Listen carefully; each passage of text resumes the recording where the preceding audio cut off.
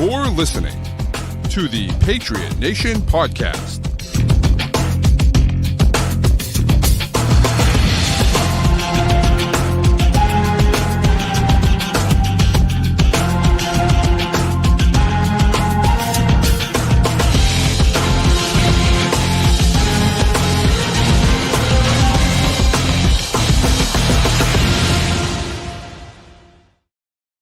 All right, welcome into another edition of the Patriot Nation Podcast. As always, your guy Pat Lane here.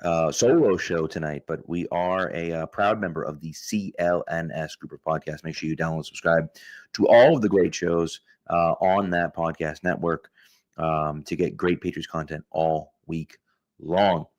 Again, it's your guy Pat Lane. Matt still having some concussion symptoms, so he is not here. But I'm here. I'm here with you.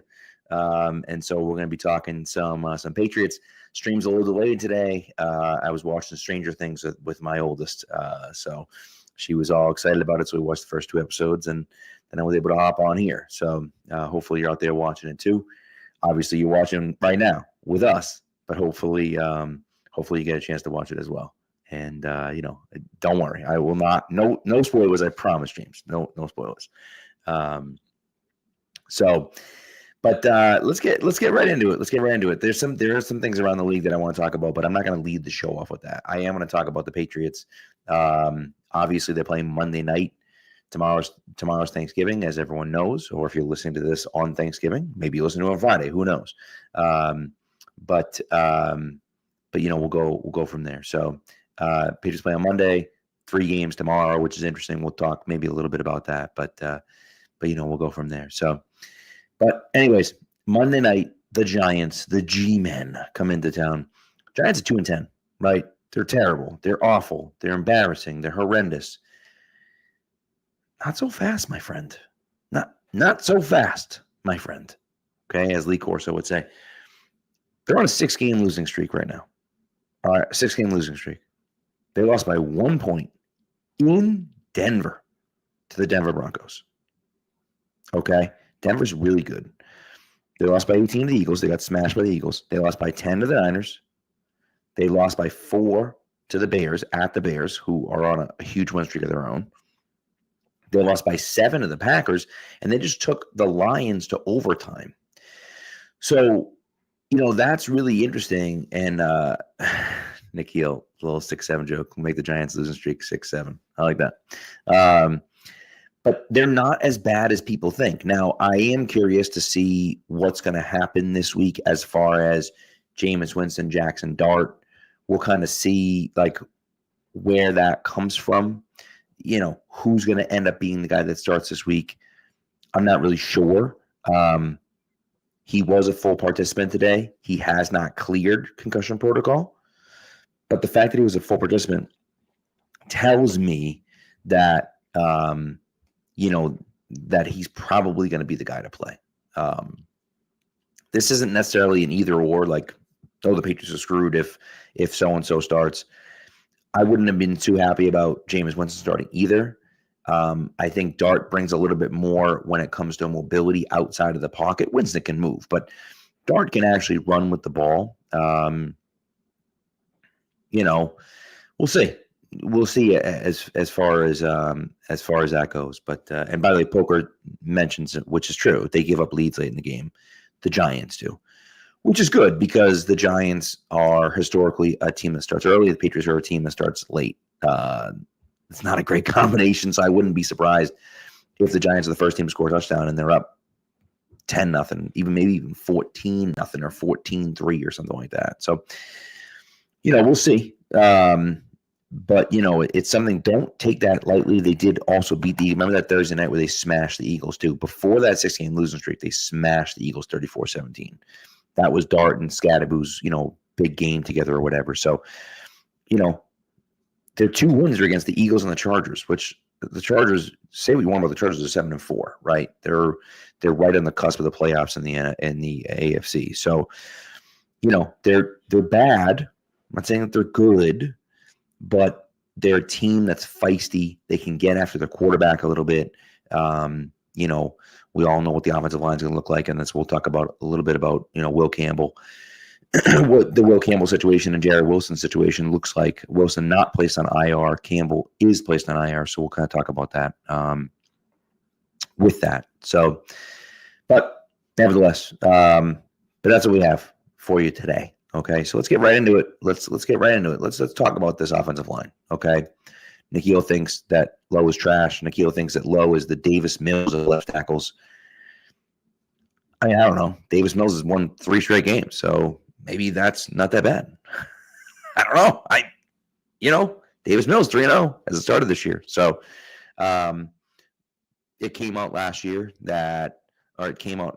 recently that he was suffering from I think it was a torn, what the heck was the shoulder? Was it an AC joint? Was it a sprained AC joint? 9 games, the torn labrum. Sorry about that. Torn labrum. Playing 9 games of the torn labrum, probably not ideal. For an offensive lineman that strikes with his hands and uses his shoulders probably quite a bit. Not ideal to have a torn labrum. That obviously maybe contributed to some of what it looked like at the end of the year. I thought he looked decent at the beginning of the year and then worse as the year went on. That could explain some of it. I think one of the things about Lowe is that he's not great. He's a backup. First of all, he's a backup tackle. He's a backup tackle for a reason. The Patriots drafted a left tackle number 4 overall. They weren't happy with Vidarian Lowe, right? Let's not sugarcoat it. They don't want him as their starter. But they had some guys in camp. They had some people there. They have Marcus Bryant, who I thought played well in camp and then played well in the preseason. They have some guys that can do the job. They're choosing to go with Vidarian Lowe. That tells me that they're at least comfortable working with Vidarian Lowe. They think that he can at least competently or semi-competently do the job at left tackle. We'll see if that's true or not. I would imagine they'll be giving him lots of help. He was on an island a lot last year. Coaching was an issue last year. It was an issue. Just was. So, and Nikhil was wondering, and a lot of people have asked this question, right? Why didn't we sign a backup left tackle? Why didn't we trade left tackle, a backup at the deadline, right? Why didn't we go out and get someone like that? I think, frankly, they like what they have in Vidarian Lowe. I think that they, again, not as an every down player, but if you're signing someone to be a backup, to come in and play it, to be a reserve role for you, and you feel like you have something in Vidarian Lowe, then what's the point of bringing a guy in that you think can be a reservist, right? And again, I just go back to they're in the building with him every day. They see him on the practice field. They're looking at it saying, do we need a backup left tackle? No, we have a backup left tackle. Do we want him starting for us? No, but that's, I mean, yeah, here you are, right? This is what happens. Attrition happens in the NFL. Guys get hurt, and other guys got to step in. It's just the way it works. That's the way it goes. So it wasn't good, but last year, the entire team wasn't good. The whole team wasn't good. He was their second best offensive lineman last year, right? Behind Mike Onwenu. Now, it's not saying much, but he was still their second best offensive lineman last year. So, at least from that perspective, and oh, by the way, Ben Brown played last year too. I think he's a better player than Ben Brown is. I think Ben Brown's fine. I don't trust Ben Brown, but I think he can do the job at guard, I guess. The problem for me is that Ben Brown's not a great run blocker. Vidarian Lowe's not a great run blocker. The run blocking hasn't worked out anyways. And so now you're I think taking a downgrade on both tackle and guard spots for run blockers. And that's an issue for me. That's an issue. So we'll see. Yeah, I don't know. And again, I expect a whole bunch of chips, a whole bunch of them. I expect a lot of, max protect where maybe a tight end stays in and blocks, and gives Lowe that extra help as well. So I think that's going to be the case. And look, Paperwave says it, like, the coaching's better. The coaching's better than it was last year. The offensive line's better than it was last year, right? It's been a massive improvement. Now there's 4 new pieces on the offensive line. So that's of course, one of those things, right? Where you say, hey, like, we're here. It is what it is. But again, is it a drop off from Campbell to Lowe? Absolutely. Absolutely, it's a drop off from Campbell to Lowe. But I think that Lowe is a replacement level player. In other words, he's a player that is a baseline backup player in the NFL, right? He's not a starter. He's not a guy that's, that you're gonna depend on to be your franchise left tackle or anything like that. But he's okay. He's okay. Oh, you want to see the stupidest question of all time? Here you go. There's the dumbest question of all time. Which is worse, a Will Campbell injury or a Drake May injury? That's the single dumbest question I've seen on the show. Nikhil, I love you, my friend, but what are we talking about? Like, what are we talking about? Drake May is the best player on the team. He's the best player on the team. He's towards the top of the NFL of the MVP conversation, and we're asking, do we think that Will Campbell or Drake May is more important? What are we talking about, man? Like, that's insane. I know it hurts losing the franchise left tackle.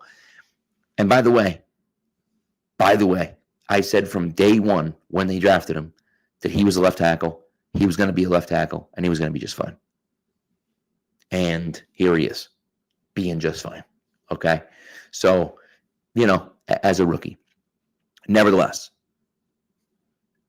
like, it's not even close. It's not even worth discussing. So anyways, and listen, am I worried about Vidarian Lowe and Ben Brown? Absolutely. I'm worried about the two of them.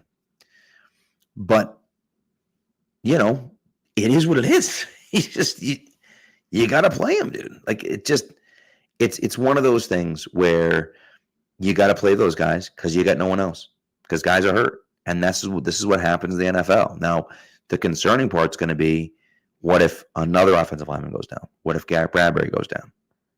Now Ben Brown's moving over to center, and now you got to scramble to find a left guard or something. This is the issue, right? They brought in some guys. I'm sure they brought in people for workouts, and there's some guys on a practice squad or someone else's practice squad they like, or whatever the case may be. But I don't know. It's just not. It's not ideal. It's not ideal.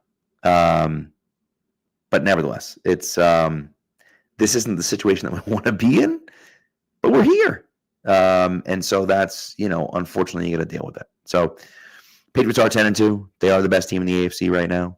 I love it. Right? This is a situation where you're looking at it and saying, all right, here we are. Like, the Patriots have a real chance to do this. Now, Denver's playing Sunday night. They have a chance to get to 10-2 as well. They're playing in Washington. I assume they'll win that game.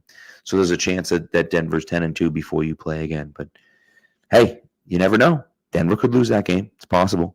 And then you're able to gain a little bit of ground.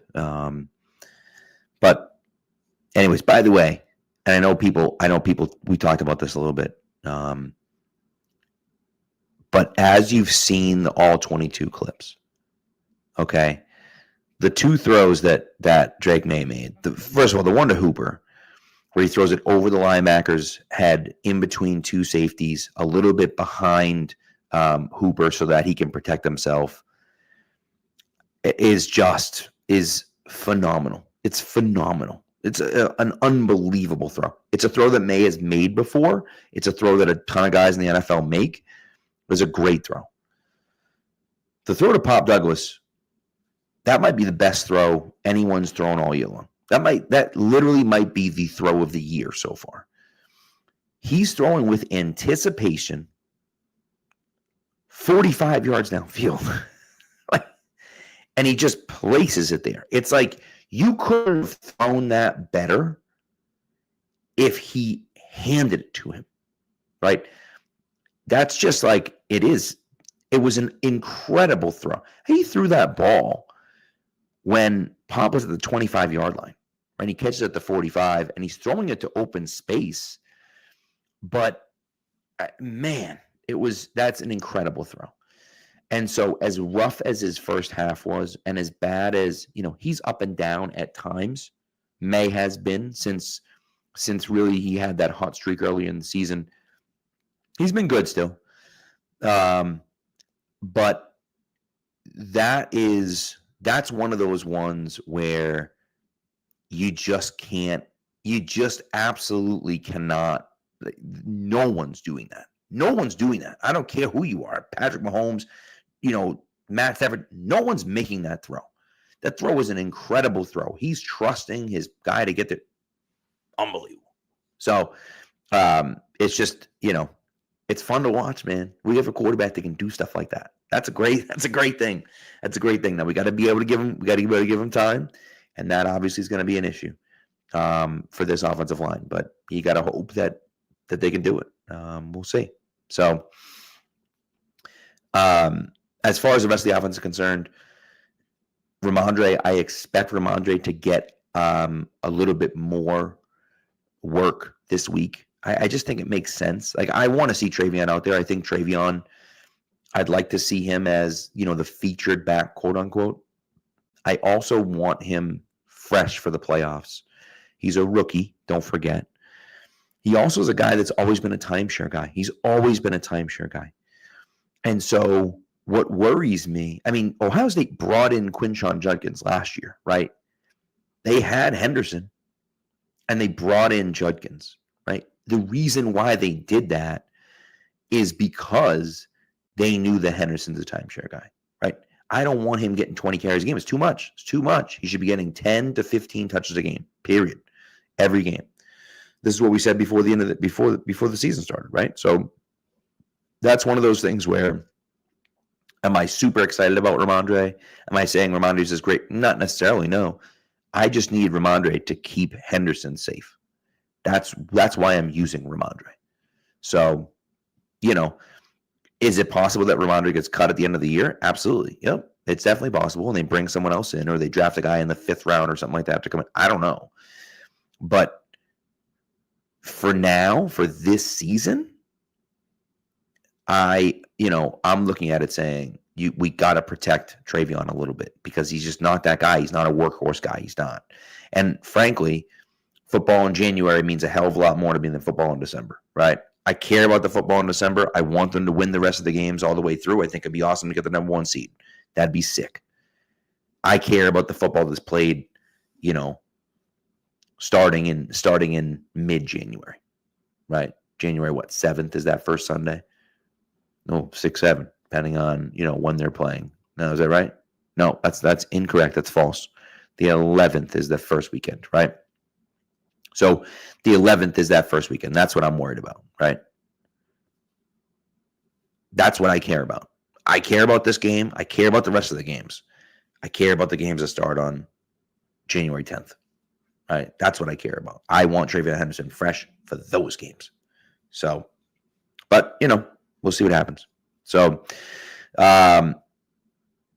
anyways, I also think, too, Pop Douglas is a guy that hasn't been getting enough shine. We kind of wrote him off at the beginning of the year. And, look, he was bad the first 4 games. I'm not denying that, right? And no one should be denying that. However, he's been significantly better lately, right? You look at yards per route run versus man coverage. Yards per route run. Number 3 in the NFL is Pop Douglas. Now, he's not an every down guy. Nevertheless, yards per route run. First downs per route run versus man coverage. Number 6 in the league. So this is what I'm saying here. Like, am I telling you Pop Douglas is a great player? No. He's a bit guy. He's a guy that doesn't play every snap. But when he's out there, he's being effective, right? He's getting the ball. They're pushing the ball down the field to him, right? That matters. That makes a difference. And I think that, that for me is one of those things where he's really changed the offense a little bit for the better, right? To have that, he's been their deep threat, which is great. And I think that, that's one of those things that I'm looking at saying, all right, I like what I've seen from Bob Douglas. I like what I've seen from all of our receivers. Honestly, Booty, I know, was getting back into the mix last week, but I like that. I like that. So we'll see. The Giants did fire their defensive coordinator, Shane Bowen, as Nikhil just pointed out. He is a Vrabel guy, actually, so it wouldn't necessarily surprise me to see him pop up on the staff at some point later on in the year. But as Paper Waves pointed out, their D-line can't stop the run this year. They've had a really hard time stopping the run. And that's one of the reasons why I want to see Ramondre out there a little bit, because I would like this to be a run-first game, and I just can't hand the ball off 25 times to Travion Henderson. We just can't do that. And so I want to see Mondre, getting a little bit more carries, whether it could only be 8 carries, right? And Henderson gets 10 or whatever, or it could be, 12 carries and Henderson gets 13 or something like that. Whatever the case may be, run the ball a good amount. Maybe even use Jennings a little bit, because Jennings will be active for the game, I assume, as well. So, run the ball. This is one of those things that, I think can be helpful. So, but we'll see. Control the football, right? Control the football. And if you can get them down, you're playing a rookie quarterback on the other side. Like, that's, we'll see. They haven't been able to run against anyone, right? As Nikhil points out, like, the Bengals were historically bad. Like, one of the worst defenses in NFL history bad. And the Patriots had a hard time against them. So, I think that I think it's not a slam dunk. It's not a layup, any of those things. But I think you got to try to at least establish the run against them a little bit. And then that's where the play action pass comes into play, and then so on and so forth. And so we'll see. But that's what I'm hoping happens, at least. So as far as the rest of the offense is concerned, we got to see more certainly from the offensive line. The guys got to step up, right? Who will we see? Who's going to be the guy that steps up? Who's going to point out after the game and say, that guy had a great game? We didn't expect it necessarily, but that guy had a great game, right? So, that's, I don't know. I don't know who it's going to be. I'm not sure who that guy's going to be, but someone's going to do it. So we'll see. I will say, I'll get into the defense afterwards. Offensively, I don't have much else, right? I don't have much else. I'm going to talk about the Giants offense in a second. But offensively with the Patriots, establish the run, take care of the football. This is another game. And again, this is where I come back to that Steelers game. That Steelers game is one of those games that I think matters more so in the fact that it was so bad that it's like, hey, we got to take care of the dang football, man. And Drake's, hasn't been perfect, lately, but nevertheless, they've done a much better job at taking care of the football. The other guys in the offense have done a much better job of taking care of the football. And so, so that's something that I'm hoping continues. So, but we'll see. Anyways, let's take a quick ad break. I'm sorry. And then we'll go flip over to the other side. All right. Then I got some thoughts around the NFL too, just quickly. But this episode, of course, is brought to you by Prize Picks. It's the holiday season, the best time of year for sports, bowl games, basketball matchups, playoff pushes. It's all happening at once. And while you and I are out here making decisions every day, what gifts to buy, what to eat, which game to watch, there's one place where it feels good to be right. And that's Prize Picks, of course. Few of the things that I love on Prize Picks, right, is that Prize Picks now has early payouts. If your lineup gets off to a hot start, you may now have the option to cash out those winnings before the game even finishes. If your fantasy season's over, like some of mine are, you can play daily fantasy sports every day on Prize Picks, right? Don't worry about that. You get a new lineup every week, maybe even every game if you want on Prize Picks. What's better than that, you know? So it's super simple to play. You just pick more or less on at least 2 player stats. And if you get your picks right, you could cash in. Now, my picks for this week, I think it's pretty good. It's pretty good. This week, there's a free Lamar Jackson Square. For free Lamar Jackson Square. Take it. I will take that. Thank you very much. I have George Pickens for more than 4.5 receptions.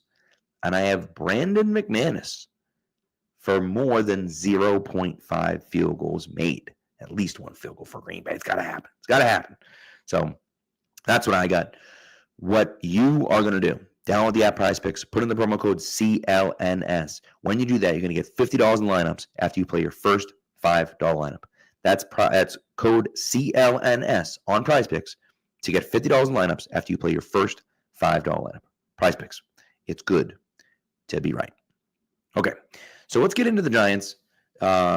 And someone. Okay, who in the Giants' offense scares you? Right, Nelson asks. And the answer to that question is probably not many guys. However, they ran the heck out of the ball. Like, they just ran it. They ran it against the Lions. Now, they didn't have a ton of success. Tyrone Tracy averaged 3.1 yards per carry. Devin Singletary averaged 3.4 yards per carry. But they ran it 34 times with those 2 guys. It's a lot of runs. They were trying to control the ball. Right? You're talking about long runs of 11 and 13 yards. They didn't gash them at all, right?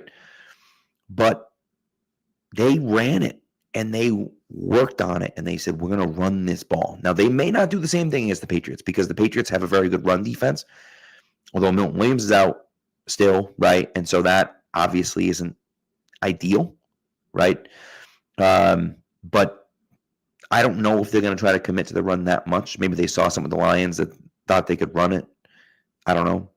Wan'Dale Robinson, the guy they like to use a lot. He had a ton of receptions last week, 9 for 156 and a touchdown. He's got 66 catches on the year, right? He's got a lot of targets. You just look at his target list, right? Outside of 1 game against Philadelphia, he's had 7 targets or more since the start of October in every single game. They want to get him the ball. That's what they're going to try to do. And so they're going to throw the ball to him a ton. Now, against Green Bay, he had 9 targets, 4 catches for 36 yards. Against Chicago, he had 11 targets, 6 catches for 62 yards. Then against San Fran, he had 11 targets, 9 catches, but only 46 yards. Right? Denver, he had 12 targets, 6 for 95. So it's one of those things where sometimes it's successful. He had 14 targets against Detroit this weekend. He had 9 catches for 156. The thing about him, he's a big guy. He's a big play guy. And so if he's a big play guy, that's what you got to worry about. That's what I worry about. Does he hit a big play? Right? They're going to try to do that. They have a really good tight end in Theo Johnson. Now, Theo Johnson doesn't have the counting stats, doesn't have the number stats. He's under 40 catches this year, but he's a guy that can stretch the field from the tight end position. The Patriots have struggled this year with tight ends. And so that's one of those things where I look at it and say, what are we going to do? We got to stop Wan'Dale, and we got to stop Theo Johnson, right? Who's their number one? So this is the problem. When you have Christian Gonzalez that can theoretically take away the number one. I know he gave up a touchdown last week. Like, he gave up 3 receptions last week. 3. And people are like, throw him off the bridge. Like, what are we talking about? He gave up 3 receptions, okay? It was his first touchdown he gave up all year. Like, it's just one of those things. Like, come on. Like, let's relax. But who do you put him on? Do you put him on a guy like Wan'Dale Robinson, who's in and out of the slot, plays in the slot, plays on the outside, moves around the formation, goes in motion a ton, takes carries out of the backfield, he does everything for them. So he's probably not going to go on. And Marcus Jones is probably going to go on Wan'Dale Robinson, I would think. Or they're going to say, we're going to play zone and try to stop him that way. But I look at what the Patriots are doing defensively, and I think if we can stop the run, make them one-dimensional, I think that makes a difference, makes a big difference. Now, again, can you do that effectively? They allowed a 100-yard rusher for the first time last week, right? Back-to-back weeks. Everyone talked about, they haven't allowed a 50-yard rusher, haven't allowed a 50-yard rusher, haven't allowed 50. Well, they've done it now, right? A few weeks in a row here now, right? So, start with the Tampa game, right? And now it's 3 weeks in a row that they've had a guy over 50 yards, and last week was the first time they allowed a rusher over 100 yards. So that's one of those things where, you look at it and say, okay, well, all right, fine, here we are, but now what, right? And so can we stop them consistently? And if they're willing to run it 20 times, Tyron Tracy had 20 carries for 62 yards. Are they willing to run it 20 times? I don't know. So, but, what are you going to do? So, anyways, so we'll see. Defensively, I think Carlton Davis really stepped up at the end of the. I'm not telling you anything you don't know. Carlton Davis stepped up at the end of the game. He's been up and down. I know that, but I'm hoping that maybe this will help him turn the corner a little bit. Marcus Jones had another nice game, although he dropped that interception when he should have just tried to knock it down. But I can't fault him too much for that.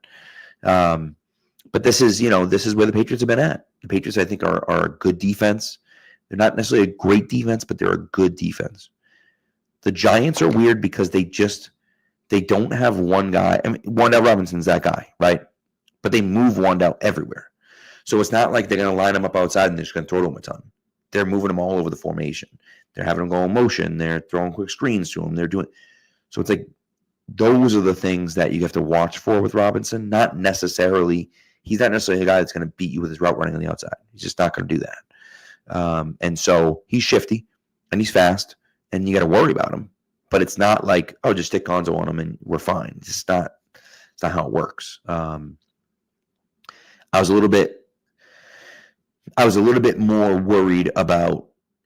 less worried about T. Higgins last week because I just figured, right, T. Higgins getting taken away by a combination of Gonzo and Carlton Davis, which is pretty much what happened, right? And so Wan'Dale is just different. He just moves around a lot. So I think you'll see Marcus tailing him a lot. I think you'll see some zone coverage. I think you got to try to take away those big plays from him. So if they can do that, if they can stop the run and they can take away the big plays from Wan'Dale Robinson, I just don't know how the Giants move the ball. I don't know how they do it. They'll figure out a way, I guess. And if Dart's playing, he can run decently well. He's just coming back from an injury. So, from a head injury too. So he's already been in the tent a few times. Is he going to be willing to take shots? Is Kafka going to be willing? Now, Kafka's an interim coach, but he's not one of those bash your head into the wall interim coaches. He's like a thinking man's interim coach, right? So, is he going to want to run Jackson Dart? So, I don't know. We'll see. But this Giants defense doesn't scare me unless you can't stop Wan'Dale Robinson. And Hodgins is a guy that, has made some big plays. He didn't do anything.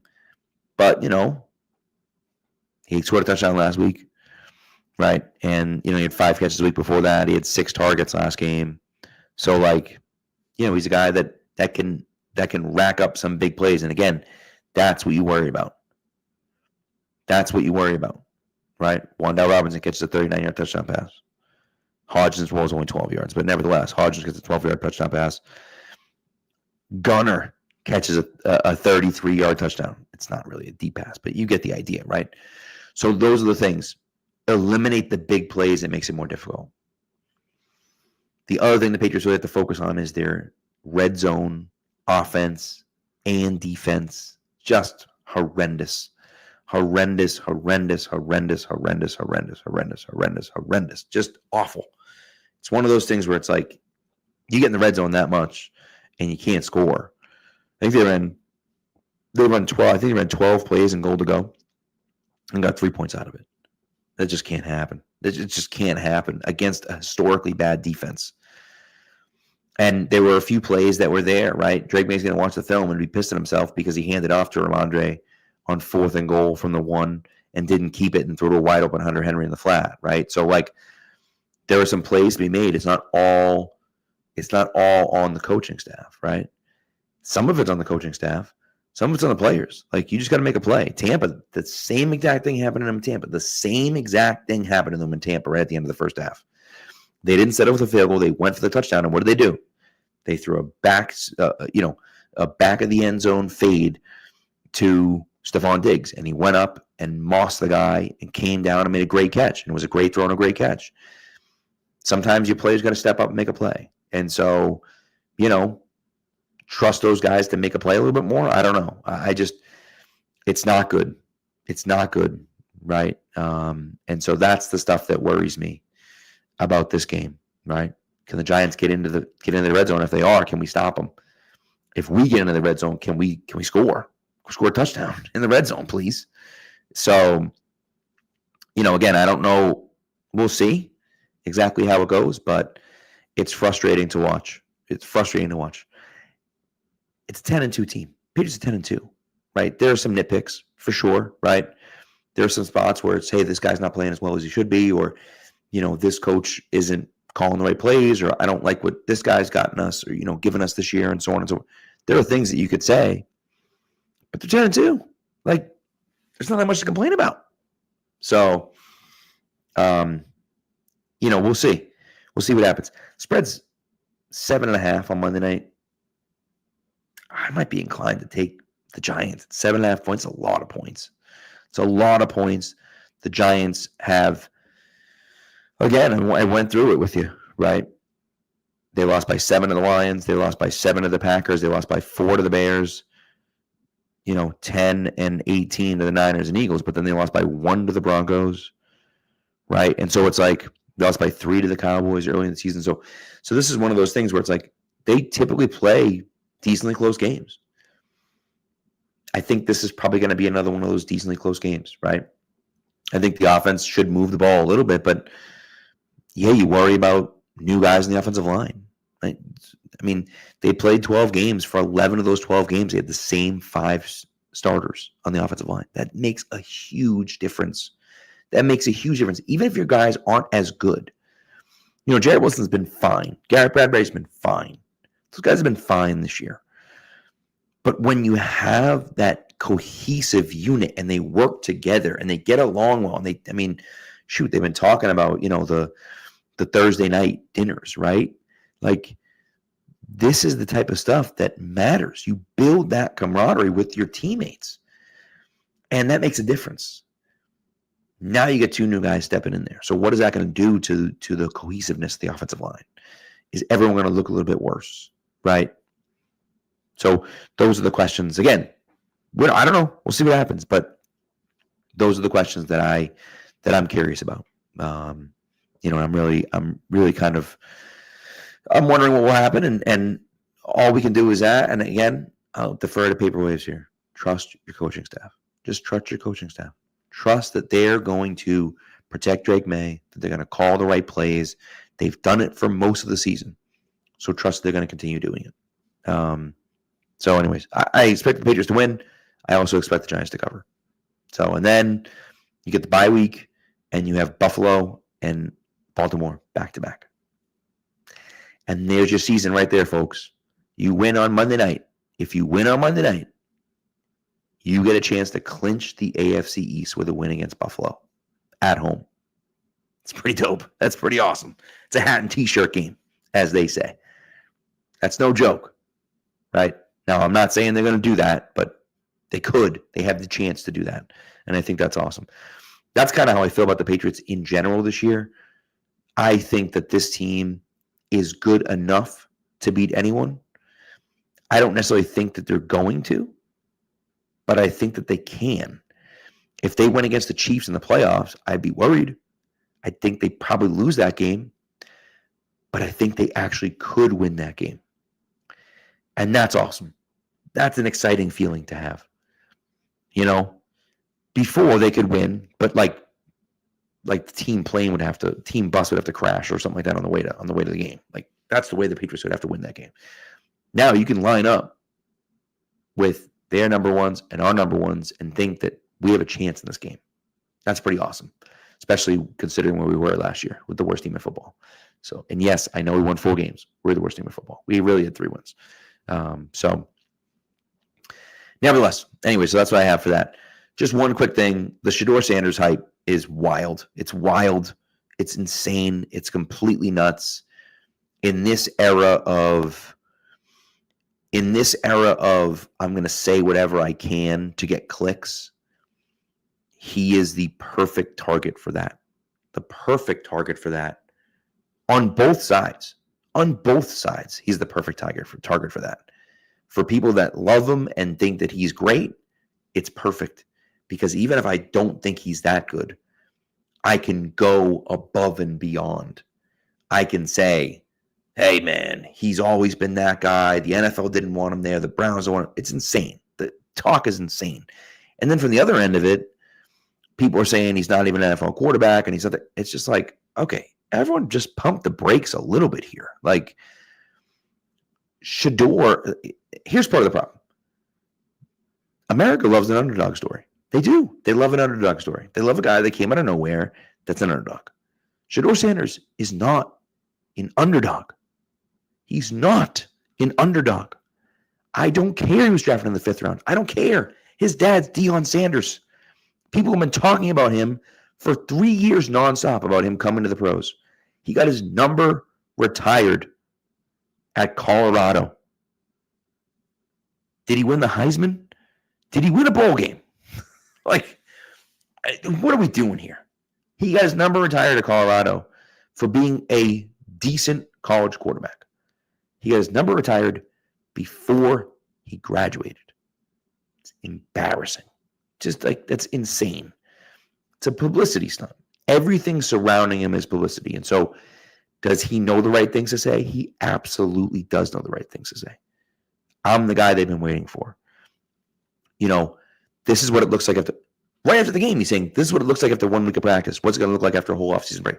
He knows what to say to get people riled up, which makes sense because his father is like the number 1 guy ever at doing that, right? Like, Brian was incredible at doing that. He was an exceptional cornerback whose legacy is built even more by his bravado, right? Like, his talk and the way he talked, and he could back it up, but the way he talked, that's part of his history, right? That's part of why he is who he is. And good for him. And Shedeur's doing the same thing.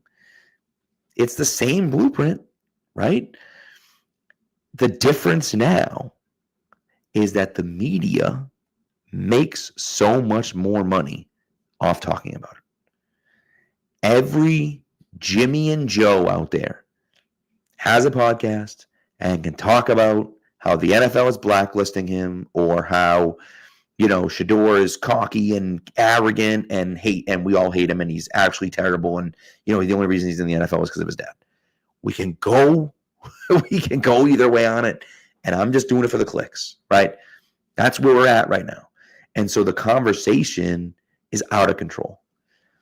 Listen, did he play well on Sunday? Not really. He was fine. He had one really nice throw downfield to Isaiah Bond. That's a heck of a throw. That's a heck of a throw running to his right, throwing off his foot as he's running, right, in the breadbasket 50 yards downfield. It's a really nice throw, right? No doubt. Really nice throw. But it's one throw, right? Like, let's see him read NFL defenses for a whole game. Let's see what it looks like. It didn't look great on Sunday. Had a few nice plays, didn't look great. If he has a few nice plays and it doesn't look great overall, this discourse will continue. This discourse is going to continue as long as he's in the NFL. I actually think if you're a fan of Shedeur Sanders, you want him to play less because the less he plays, the better he gets, right? If he goes out there and doesn't play well, it's like, wow, you know, the Browns stink and no quarterback would be good in this system and, you know, and so on and so forth and everything else. Like, you know, I will say this. It's clear he should be the starting quarterback in Cleveland. It's clear. Dylan Gabriel is terrible. He's terrible. He's not an NFL quarterback. For the love of God, We're Patriots fans. We watched it. I was there. I watched the game against Cleveland. He can't make a throw. He can't throw the ball. He can't be a starting quarterback in the NFL. He can't throw it. He looks like Chad Pennington looked like after he had 19 shoulder surgeries. He just can't throw it. So you can't put Dylan Gabriel back there. It's insane. So you put Shador in, and if he stinks, then he stinks. What are you going to do? Like, it just is what it is. Stefanski's getting fired at the end of the year. He should get fired at the end of the year anyways. It doesn't really matter. He should get fired at the end of the year. So stick Shador out there and see what happens, But we'll see. The other one is, and Nikhil asked about it, J.J. McCarthy. And this is so funny because J.J. McCarthy, he's in concussion protocol right now, so he's probably not playing this week anyways. But Tommy Curran, I'm assuming he's admitted he's wrong at this point, wanted J.J. McCarthy over Drake May. There are lots of people that wanted J.J. McCarthy were J.J. McCarthy people. Okay? J.J. McCarthy right now, so far in his career, is having the second worst career in the history of the NFL. Number one, of course, being Jamarcus Russell. It's bad. It's real bad. It's really, really bad. Like, real bad. You can't get the ball to Justin Jefferson. They have an incredible situation over there. An incredible situation. You got Aaron Jones over there, who's a good running back. Jordan Mason was a good running back when he was in there, right? He's decent. He's a decent backup, decent player. You have Justin Jefferson. You have Jordan Addison. You have T.J. Hawkinson. You have Jalen Naylor even has had a good year. They have a great offense. And a few of their guys have been out. I know Darisaw went out, and so their offensive line isn't perfect right now, but like it's a great situation. And he looks like absolute trash. Like just can't even throw. He's throwing out routes 10 yards over people's heads. It's insane. So I don't get it. I don't see it with him. I never really understood it. I know he's a winner in college, I guess. But like someone said, I heard this the other day. Somebody said he attempted, I think it was on the McAfee show. I saw a clip of it. He attempted, I think it was 6 passes. Maybe it was only 5. Somewhere between 5 and 9 passes in the fourth quarter. The entire season when he won the championship for Michigan. He attempted between 5 and 9 passes the entire season in the fourth quarter when they won the national championship. He didn't win anything. That's just the facts. That's just the facts. Okay, that's a whole year. He attempted less than 1 pass attempt per game. It's crazy. So anyways, nevertheless, that's neither here nor there, I suppose. But that's that for me is just it. He is who he is. This is who he's always been, in my opinion, and we're seeing it now. So anyways. So I guess that's really all I have. I do want to add one thing, and this is something that I want to talk about during the bye week, because this is just something that it's not super pertinent to what we're talking about. Jacoby Brissett broke Drew Bledsoe's passing record. Someone else had it too, and I forget who it was. Someone had tied it, but he had 47 completions 2 weeks ago, and Bledsoe's record was 45. He did that when he went 45 for 70 against Minnesota in 1994. Jared Goff, Nikhil points out. Thank you, Nikhil. Jared Goff had 45. He went 45 for 70 in 1994 against the Minnesota Vikings. That is the game where I fell in love with the New England Patriots. Okay? I've told the story before, but I was at the game with my dad. I was 10 years old. My dad predicted they would win. They're down 20-3, down 20-0, and he predicted they would win if they hit the field goal. Matt Barr lined up for a field goal, hit a field goal at the end of the first half. They're down 20-3. They've done nothing all game long. Okay? By the way, in case you're wondering, in the first half, Drew Bledsoe was 9 for 19 for 94 yards. He had attempted 19 passes in the first half. That's it. Okay? Remember now, he finished 45 for 70. Okay? In the second half alone, Bledsoe attempted 48 passes. I think the number was 20. I think it was 23 or 24. I think it was 20. I don't know. It's somewhere around there. It doesn't matter. It doesn't make a difference. He attempted 48 passes in the second half. That's just the second half. He attempted 48 passes. So it's just insane. It's completely insane when you look at what he did in that game. Of course, they win it in overtime, but one of my favorite games of all time. So it deserves mentioning. We're going to talk about it. We'll talk about it maybe a little bit more during the bye week. But I have an article coming out that I'm working on for Pat's Pulpit that's going to come out during the bye week about that game because it's just the coolest game ever. And I actually, when it comes out, I'm going to retweet my tweet. I found it on YouTube one day. And so I just screen recorded a bunch of it and threw it up on Twitter because I'm like, this is the coolest thing ever. So I had all sorts of clips and stuff like that. So anyways, cool. But yeah, so there it goes. Actually, interestingly enough, it was my second ever Patriots game. My first Patriots game ever was the year before when the Patriots played the Houston Oilers and Warren Moon was the quarterback. And then the next year, my second game ever was when the Patriots played the Vikings when Warren Moon was the quarterback. So my first two games, I saw Warren Moon as the opposing quarterback for different teams. So how about that? But anyways, Nikhil was asking about the Cam Newton diss. Look, I think Cam's another one shouting into the echo chamber. Stephen A's taught him well, right? Just say it for attention. It's just for the clicks, right? It's nothing personal. And so, it's one of those things. Like, that's just, yeah, I'm not worried about it. I'm not, Cam does show love to New England. I thought he was a stand-up guy when he was here. I liked having him here. I got nothing really negative to say about Cam Newton. It's just not, it was silly and whatever. But again, that's what that show's about. If that show isn't giving you 30-second clips or 2-minute clips of you saying something outlandish and then everyone else reacting to it, they're not doing their job. Cam's job is to go out and say outlandish stuff. That's his job. And by the way, Drake pointed that out. He's 100% right about that. That's why you don't listen to those guys. We can listen to them because we don't have to go out there and perform on a Sunday. But that's why they don't listen to them. So, anyways, last question because the Hall of Fame finalists were announced. I'm curious to see who gets in. I hope Rodney gets in. I always hope Rodney gets in. I hope Vince gets in. I think that would be cool. I think I mentioned, what if we did an all New England? What if we did an all New England class? I think that'd be pretty sweet. You could pull that off this year. This is one of the only years where you can really pull that off.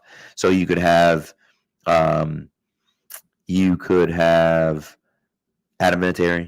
Rodney Harrison, Vince Wilfork, Bill Belichick, and Robert Kraft, right? So they could all make the Hall of Fame at the same time. It'd be kind of cool. Maybe throw Luke Kuechly in there as well because he went to BC. So Stanley Morgan, my dad points out through text, great point. Stanley Morgan, not a semifinalist, but can go in through the veterans. So, again, if you lead the NFL, if you're number one in NFL history, if you're number one in a big category, you should be in the Hall of Fame. Stanley Morgan is number one all time in yards per reception. Now, maybe you think yards per reception isn't important, but he's number one all time in the history of the NFL in yards per reception. He should be in the Hall of Fame. I'm sorry, that's just the truth. So we'll see. He should be in the Hall of Fame. So, but Nikhil, it brought us on. Nikhil was asking about Slater being a Hall of Famer, and I think Matthew Slater is a Hall of Famer. I don't know if he'll get in.